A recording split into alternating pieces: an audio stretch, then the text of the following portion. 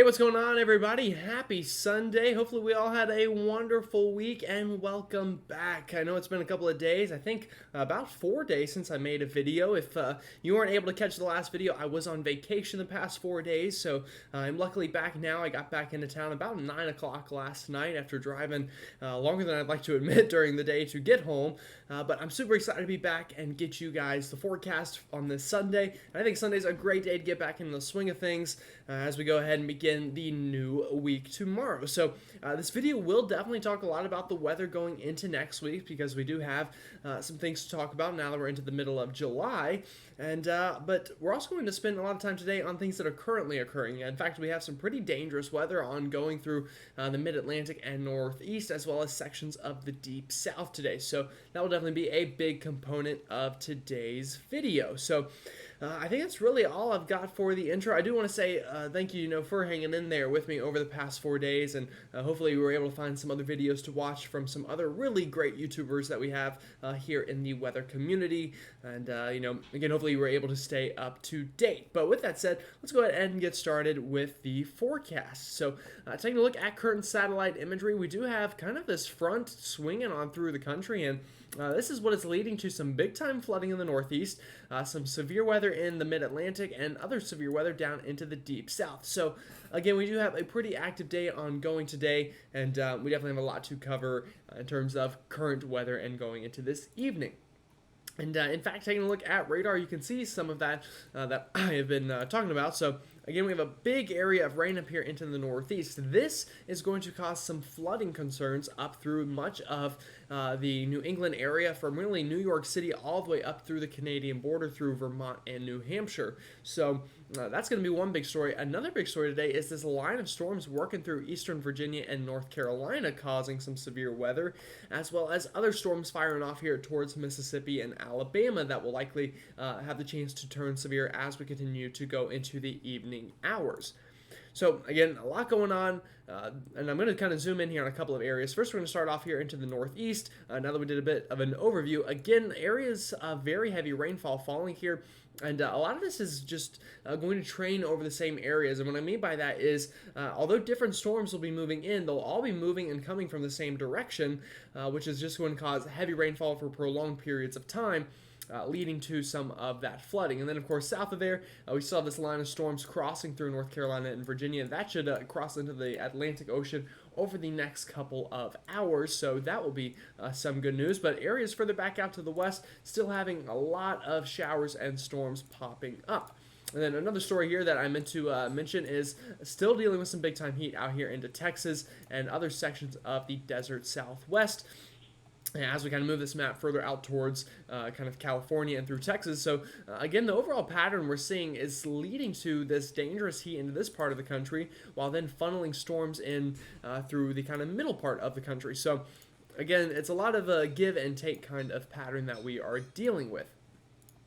So first of all, talking about that flooding a little bit more, again, we're under a moderate risk of flooding today from Vermont all the way down towards the DC metro area. So a big area in that moderate risk. And again, this is the second highest possible risk that we can get. So definitely some big time stuff. And as we go into tomorrow, that moderate risk will shrink a bit, but shift further to the north into much of Vermont, New Hampshire, and western Massachusetts. So this is going to be a bit of a 2-day event for this flooding up here into New England. So definitely make sure you have a way to get those warnings should any flash flood warnings be issued. And if you live in a flood-prone area, definitely, of course, have an evacuation route should things go south. Of course, we'll hope for the best, but you always want to prepare for the worst with these kind of events.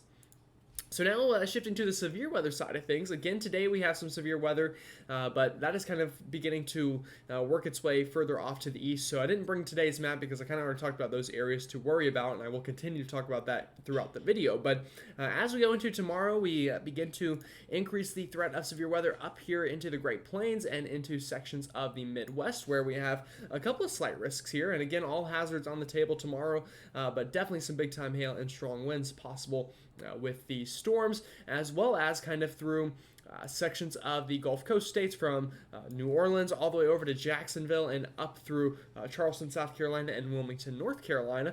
Also, a small marginal risk up here into New England, as low pressure up there will have enough wind and energy with it that it could produce a couple of areas of downbursts with very heavy winds and maybe even an embedded tornado or two. Can't rule that out tomorrow as well up that way. Now, as we go into day 3, again, some strong storms possible here along the Gulf Coast. Nothing out of the usual for this time of year, but we do have the chance of maybe another strong line of thunderstorms that could turn into a derecho should things allow it to here through sections of Nebraska, Iowa, Kansas, and Missouri going into our Tuesday. So we'll definitely watch out for that come Tuesday afternoon. Now taking a look at kind of future radar here a little bit. Again, seeing a lot of heavy rain up into the northeast. Other than that, we do still have this line of storms crossing through North Carolina and Virginia, as well as scattered showers and storms back towards Alabama, Mississippi, and Louisiana, as well as Arkansas.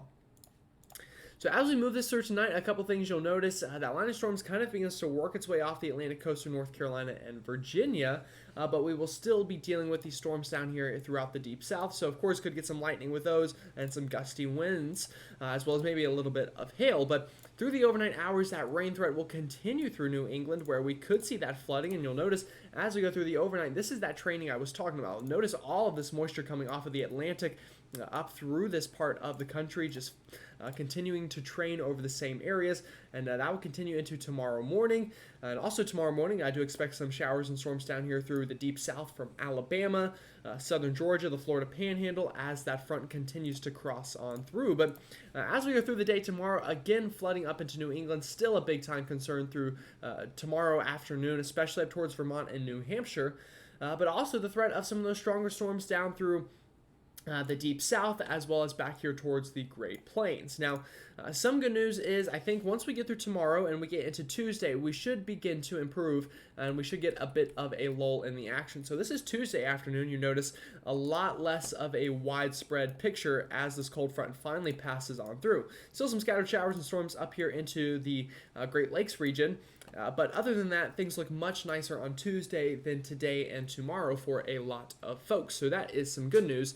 Definitely a bit of a lull in the action before things potentially pick back up later in the week. So again, the overall pattern we're dealing with right now, I'll go ahead and show it to you, is leading to a couple of different things. One, I will mention this, is still that heat down here into the desert southwest where we have this ridging or these red colors. But other than that, we're getting some troughing back out here into the east, and that is what is allowing these storms to continue to fire, and of course that has happened for at least the past week or so. Now, as we move this ahead into this week, again, a bit of a lull going into Tuesday afternoon and maybe even Wednesday for some folks. But once we go further through this week, expect more rounds of energy to kind of pass through this blue area from the Great Plains all the way down through the southeast and mid-Atlantic. So, again, we'll have lulls definitely in between, and I don't expect to wash out any day other than, of course, what we're experiencing right now in the Northeast. But do expect these rounds of strong to severe storms to cross the country, much like we've seen for the past couple of weeks, through, again, the Great Plains, down through the Midwest, through the Ohio River Valley, and eventually exiting off the Atlantic seaboard through the Mid-Atlantic and Southeast.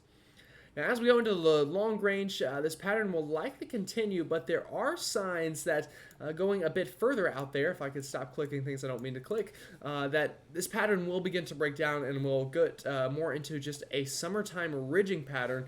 This is looking more like a southeast ridge kind of event going out into the long range. So if you live in the southeast and you're not a big summertime fan, this is not what you want to see going into July. I can guarantee that. This will likely bring, once again, big time heat down to the southern tier of the country, and this could even get into the mid-Atlantic and southeast, and not so much just the desert southwest here in the long run.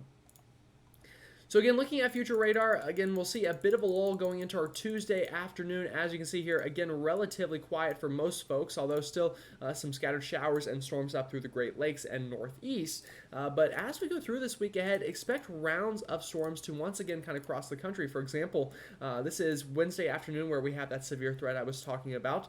And we'll likely have these kind of rounds of these showers and storms kind of just, again, begin to cross the country. So you'll notice this flow will continue, and these storms will continue to ride here along that boundary from that southwest ridging and that troughing in the east. So again, through this week, expect still scattered showers and storms and rounds of stronger storms to cross the country before potentially going further into the longer range. That ridging begins to build back in, and that threat of those showers and storms shifts further to the north compared to areas that are currently seeing it further to the south. So one big thing that we're going to continue to see no matter what are very high dew points. Again, a bit of a lull in the dew points throughout the next couple of days as this cold front passes through. But once we get later into this week, expect those dew points to come back with a vengeance, and that muggy summertime air really taking a hold on through a lot of the eastern half of the country. And again, as you can tell, as I loop this, really just a whole lot of the same. Dew points getting well up into the 70s as far north as the Great Lakes regions, with even some 80s mixing in there along the Gulf Coast and the southeast coastline.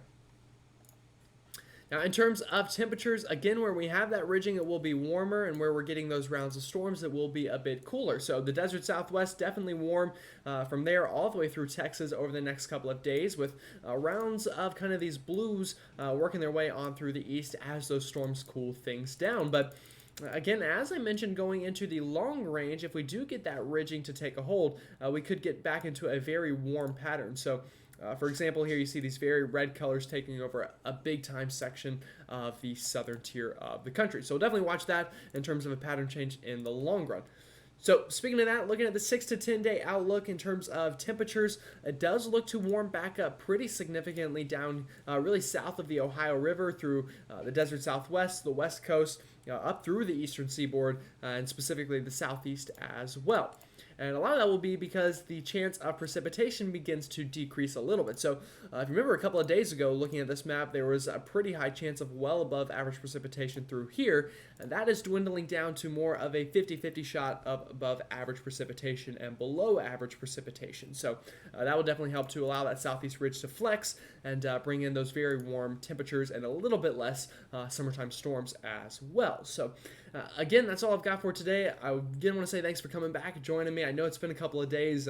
Hopefully you didn't lose faith in me and think I was never going to come back, but either way, here I am. And of course, if you have any questions I didn't answer in the video, feel free to ask me, and I will definitely get around to responding to those comments. And yeah, so again, it's just great to see you back, and definitely type something in the comments to let me know that you are back and watching. Always good to see as we're getting on through July, and I know at least me personally getting really ready for fall. Definitely my favorite season, and hopefully we can kind of rush on through July and August a bit. But with that said, hope you have a great rest of your Sunday, and I will see you all tomorrow to start the new week.